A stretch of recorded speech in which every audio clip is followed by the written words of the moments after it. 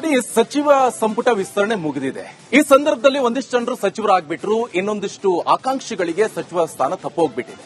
ಈ ನಿಟ್ಟಿನಲ್ಲಿ ಕೆಲವೊಂದ್ ಕಡೆ ಸಿದ್ದರಾಮಯ್ಯ ಪ್ರಭಾವ ಕಡಿಮೆ ಆಯ್ತಾ ಅಥವಾ ಆ ಪ್ರಭಾವವನ್ನು ಬಳಸಿಕೊಳ್ಳೋಕೆ ಕೆಲವೊಂದ್ ಕಡೆ ವಿಫಲ ಆಯ್ತಾ? ಈ ಪ್ರಶ್ನೆಗಳು ಈ ಸಿದ್ದರಾಮಯ್ಯನವರ ಅತ್ಯಾಪ್ತರಲ್ಲಿ ಮೂಡ್ತಾ ಇರುವಂತ ಪ್ರಶ್ನೆ. ಇದರ ಜೊತೆಗೆ ಸಿದ್ದರಾಮಯ್ಯನವರ ಪುತ್ರ ಸಚಿವರಾದಂತಹ ಈ ಯತೀಂದ್ರ ಸಿದ್ದರಾಮಯ್ಯ ಅವರು ಒಂದು ಹೇಳ್ಬಿಟ್ಟಿದ್ದಾರೆ, ಇಂತಿಷ್ಟು ಜನರ ಲಿಸ್ಟ್ ನಾವು ಕೊಟ್ಬಿಟ್ಟಿದ್ವಿ, ಆದ್ರೆ ಅದನ್ನ ಹೈಕಮಾಂಡ್ ಎಲ್ಲೋ ಒಂದ್ ಕಡೆ ಪರಿಗಣನೆ ಮಾಡಲಿಲ್ಲ. ಅದರಲ್ಲೂ ಒಂದು 2-3 ಹೆಸರು ಸಿದ್ದರಾಮಯ್ಯನವರ ಅತ್ಯಾಪ್ತರು, ಅವ್ರ ಹೆಸರು ಬಿಟ್ಟೋಗ್ಬಿಟ್ಟಿದೆ. ಇದೆಲ್ಲ ಪ್ರಶ್ನೆಗಳು ಮೂಡ್ತಾ ಇರುವಂತಹ ಸಂದರ್ಭದಲ್ಲಿ ಏನೇನ್ ಬೆಳವಣಿಗೆ ಆಯಿತು ಈ ಹೇಳಿಕೆ ಸಂಬಂಧಪಟ್ಟಂತೆ ಆ ಎಲ್ಲದರ ಬಗ್ಗೆ ಕಂಪ್ಲೀಟ್ ರಿಪೋರ್ಟ್ ಇದೆ, ಬನ್ನಿ ನೋಡ್ಕೊಂಡು ಬರೋಣ.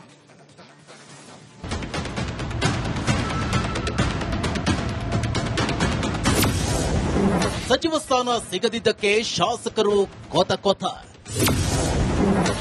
ಸಿದ್ದು ವಿರುದ್ಧವೇ ಮುನಿಸಿಕೊಂಡ್ರ ಅತ್ಯಾಪ್ತರು. ಮಾಜಿ ಸಿಎಂ ಆಪ್ತ ಬಣದಲ್ಲಿ ಈಗ ಮಹಾತಲ್ಲಣ. ರಾಜ್ಯ ಕಾಂಗ್ರೆಸ್ನಲ್ಲಿ ಸಂಪುಟ ವಿಸ್ತರಣೆ ಮುಗಿದರೂ ರಾಜಕೀಯ ಬಿರುಗಾಳಿ ಮಾತ್ರ ಇನ್ನೂ ತಣ್ಣಗಾಗಿಲ್ಲ.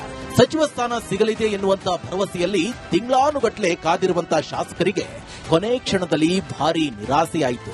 ಅದರಲ್ಲೂ ಹೋದಲ್ಲಿ ಬಂದಲ್ಲಿ ಸಿದ್ದರಾಮಯ್ಯ ಜೊತೆ ಗುರುತಿಸಿಕೊಂಡಿರುವಂತಹ ಆಪ್ತರಿಗೆ ಮಂತ್ರಿಗಿರಿ ಕನಸಾಗಿಯೇ ಉಳಿಯಿತು. ಇದೀಗ ಆ ಅಸಮಾಧಾನದ ಜ್ವಾಲೆ ನೇರವಾಗಿ ಸಿದ್ದರಾಮಯ್ಯ ಆಪ್ತ ಬಣದಲ್ಲೇ ಸ್ಫೋಟಗೊಂಡಿದೆ. ನಮ್ಮ ಹೆಸರನ್ನೇ ಹೈಕಮಾಂಡ್ ಮುಂದೆ ಇಟ್ಟಿಲ್ವೇ ಎನ್ನುವಂತ ಪ್ರಶ್ನೆ ಸದ್ಯ ಸಿದ್ದರಾಮಯ್ಯ ಆಪ್ತ ಬಣದಲ್ಲಿ ಮಹಾತಲ್ಲಣ ಸೃಷ್ಟಿಸಿದೆ. ಮಂತ್ರಿಗಿರಿಯ ಕನಸು ಹೊತ್ತಿದ್ದ ಸಿದ್ದು ಆಪ್ತರ ತಾಳ್ಮೆಯ ಕಟ್ಟೆ ಒಡೆದಂತಾಗಿದೆ. ನಾನು ಸಿದ್ದರಾಮಯ್ಯ ಆಪ್ತನೂ ನಿಜ, ಕಾಂಗ್ರೆಸ್ನ ಸಕ್ರಿಯ ಕಾರ್ಯಕರ್ತನೂ ನಿಜ, ಕಾಂಗ್ರೆಸ್ನ ಕಟ್ಟಾಳು ನಿಜ. ಆದರೆ ಮುಖ್ಯಮಂತ್ರಿಗಳು ಸಿದ್ದರಾಮಯ್ಯನಾದ್ದರಿಂದ ಅವರ ಒಂದು ಪಾಳ್ಯದಲ್ಲಿ ಹೆಚ್ಚಾಗಿ ಗುರುತಿಸಿಕೊಂಡಿದ್ವಿ. ಬಹುಶಃ ಅದು ಎಲ್ಲೋ ಒಂದ್ ಕಡೆ ನನ್ನ ಇದು ಅಧಿಕಾರಕ್ಕೆ ಮುಳುವಾಗಿರ್ಬೋದು ಅಂತ ನನ್ನ ಭಾವನೆ ಇದೆ. ಕಡೆಗಳಿಗೆಯಲ್ಲಿ ಕೂಡ ನಮ್ಮ ಗುರುಗಳಾಗಿರ್ತಕ್ಕಂಥ ಸಿದ್ದರಾಮಯ್ಯನವರು ಕೂಡ ನನ್ನ ಕೈ ಬಿಟ್ಬಿಟ್ರು ಅನ್ನೋ ಒಂದು ನೋವು ಕೂಡ ನನಗಿದೆ. ಒಟ್ಟಲ್ಲಿ ನನಗೆ ಬೇಜಾರಾದದೇನೆಂದ್ರೆ ಮಾತು ಕೊಟ್ಟವ್ರಿಗೆ ನಡೀಲಿಲ್ಲ ಅಂತ. ಆಮೇಲೆ ಸಿದ್ದರಾಮಯ್ಯನವರೇ ಕರೆದು 3 ಸಲ ಖಾಸಗಿಯಾಗಿ ನನಗೆ ಮಂತ್ರಿ ಮಾಡ್ತೀನಿ ಅಂತ ಹೇಳಿದ್ರು. ಮಾಡಕ್ಕಾಗಿಲ್ಲ, ಅವ್ರಿಗೆ ಗೊತ್ತಿಲ್ಲ ಅವ್ರ ಸಮಸ್ಯೆ ಏನಿದೆ. ಇದಿಷ್ಟೇ ಅಲ್ಲ, ಮಂತ್ರಿಗಿರಿ ಸಿಗದಿದ್ದಕ್ಕೆ ಮಾಜಿ ಸಿಎಂ ಸಿದ್ದರಾಮಯ್ಯ ಆಪ್ತರಾಗಿರುವಂತಹ ಶಾಸಕ ಅಶೋಕ್ ಪಟ್ಟಣ್ ಹಾಗೂ ಮಾಜಿ ಸಿಎಂ ಸಿದ್ದರಾಮಯ್ಯನವರ ಕಾನೂನು ಸಲಹೆಗಾರನಾಗಿರುವಂತಹ ಎಎಸ್ ಪೊನ್ನಣ್ಣ ಅಸಮಾಧಾನ ಹೊರಹಾಕಿದ್ದಾರೆ. ನಮ್ಮ ಸಿಎಂ ಆಗಲಿ ಮಂತ್ರಿಗಳಾಗಲಿ ನಮಗೆ ಸಹಾಯ ಮಾಡಿ ನಮ್ಮ ಅಭಿವೃದ್ಧಿಗೆ ತಾಲೂಕಿಗೆ ಸಹಾಯ ಮಾಡಿದರೆ ಸ್ವಲ್ಪ ಜನ ನೋಡ್ತೀವಿ. MLA ಗಿರಿಗೆ ಅಂತಲ್ಲ, ಕಾಂಗ್ರೆಸ್ ಪಕ್ಷಕ್ಕೆ ಅಂತಲ್ಲ, ಕಾಂಗ್ರೆಸ್ ಪಕ್ಷಕ್ಕೆ ಇರ್ತೀವಿ, ರಾಜಕೀಯದಿಂದ ನಿವೃತ್ತ ಆಗ್ಬಿಡ್ತೀವಿ. ಅನೇಕ ಸಂದರ್ಭಗಳು ಕಾನೂನಿನ ಸಮಸ್ಯೆಗಳು, ಇಕ್ಕಟ್ಟುಗಳು ಸಚಿವರ ಸಂಬಂಧಿಕರಿಗೆ, ಶಾಸಕರಿಗೆ ಬಂದಂಥ ಸಮಯದಲ್ಲಿ ನಾನು ನಿಸ್ವಾರ್ಥವಾಗಿ ನನ್ನ ಜವಾಬ್ದಾರಿ ಅಲ್ಲದಿದ್ರೂ ಕೂಡ ಪಕ್ಷದ ನಿಷ್ಠಾವಂತ ಕಾರ್ಯಕರ್ತನಂತೆ ನನ್ನ ಸೇವೆಯನ್ನು ಮಾಡಿ ಅವರಿಗೆಲ್ಲರಿಗೂ ಅನೇಕರಿಗೆ ಕಾನೂನಿನ ದಾಂಡಾಂತರದಿಂದ ಪಾರು ಮಾಡಿಸಿ ಇದನ್ನ ಗುರುತಿಸ್ತಾರೆ, ನನಗೆ ಅದಕ್ಕೆ ಆದ್ಯತೆಯನ್ನು ಕೊಡ್ತಾರೆ ಅಂತೇಳಿ ನಾನು ಭಾವಿಸಿದ್ದೆ. ಆದರೆ ಮಂತ್ರಿಮಂಡಲದಲ್ಲಿ ಅವಕಾಶವನ್ನ ಕೊಟ್ಟಿಲ್ಲ. ಸಿದ್ದರಾಮಯ್ಯ ಪಟ್ಟಿಯಲ್ಲಿ ಇರಲಿಲ್ವಾ ಹಿಟ್ನಾಳ್ ಹೆಸರು?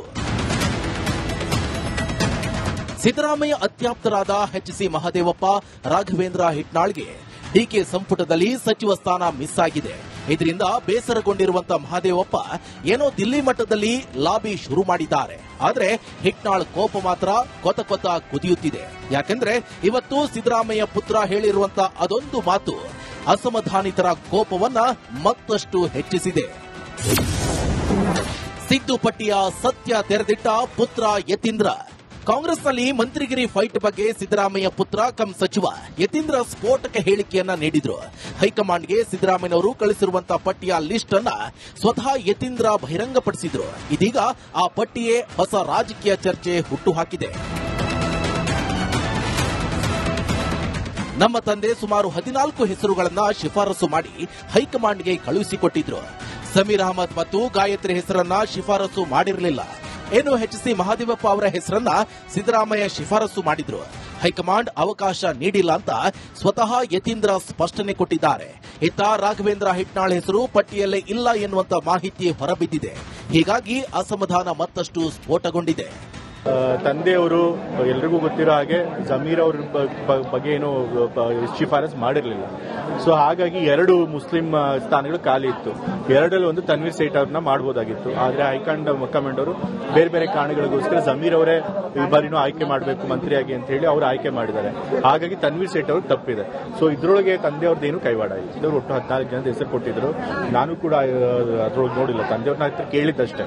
ಕೆಲವರು ಹೆಸರು ಹೇಳಿದ್ರು, ಈ ತರ ಮಹಾದೇವಪ್ಪ ಸರ್ ಹೆಸರು ಕೊಟ್ಟಿದ್ದನ್ನ, ಮತ್ತೆ ಇನ್ನೂ ಒಂದಷ್ಟು ಜನ ಹೆಸರುಗಳನ್ನು ಕೊಟ್ಟಿದೆ ಅಂತ ಹೇಳಿದ್ರು. ಸೊ ಹಾಗಾಗಿ ಅದ್ರೊಳಗೆ ಎಷ್ಟು ಜನದ ಆಗಿದೆ ನನಗೂ ಗೊತ್ತಿಲ್ಲ.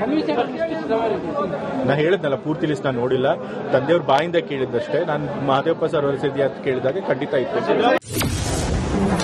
ಅಸಮಾಧಾನದ ಮಧ್ಯೆ ಮೈಸೂರಿಗೆ ಸಿದ್ದರಾಮಯ್ಯ. ಆಪ್ತರ ಅಸಮಾಧಾನ ಬಗ್ಗೆ ಸಿದ್ದು ನೋ ರಿಯಾಕ್ಷನ್. ಇನ್ನು ಅಸಮಾಧಾನದ ನಡುವೆಯೂ ಸಿದ್ದರಾಮಯ್ಯ ಮೈಸೂರಿಗೆ ತೆರಳಿದ್ರು. ಟಿಕೆ ಲೇಔಟ್ನಲ್ಲಿರುವಂತಹ ನಿವಾಸಕ್ಕೆ ಬಂದ ಮಾಜಿ ಸಿಎಂ ಮಾಧ್ಯಮಗಳಿಗೆ ಯಾವುದೇ ಪ್ರತಿಕ್ರಿಯೆ ನೀಡದೆ ಮೌನ ವಹಿಸಿದ್ರು. ಇದು ಹಲವು ಊಹಾಪೋಹಗಳಿಗೂ ಕಾರಣವಾಗಿದೆ. ಇಷ್ಟೇ ಅಲ್ಲ, ಅಹಿಂದ ಸಮುದಾಯದ ಹಲವು ಶಾಸಕರಲ್ಲೂ ಅಸಮಾಧಾನದ ಹೊಗೆಯಾಡ್ತಿದೆ. ಸಿದ್ದರಾಮಯ್ಯ ಜೊತೆ ನಿಂತರೂ ಕೊನೆಯಲ್ಲಿ ಅವರು ಕೈ ಹಿಡಿಯಲಿಲ್ಲ ಎನ್ನುವಂತ ಬೇಸರ ಆಪ್ತರಲ್ಲಿದೆ. ಒಟ್ನಲ್ಲಿ ಸಂಪುಟ ವಿಸ್ತರಣೆ ಮುಗಿದ್ರು ಕಾಂಗ್ರೆಸ್ನೊಳಗೆ ಅಸಮಾಧಾನದ ಅಧ್ಯಾಯ ಮಾತ್ರ ಇನ್ನೂ ಮುಗಿದಂತಿಲ್ಲ. ಮುಂದೆ ಸಿದ್ದರಾಮಯ್ಯ ತಮ್ಮ ಆಪ್ತರ ಮುನಿಸನ್ನ ಶಮನ ಮಾಡ್ತಾರಾ ಇಲ್ವಾ ಕಾದು ನೋಡಬೇಕಿದೆ.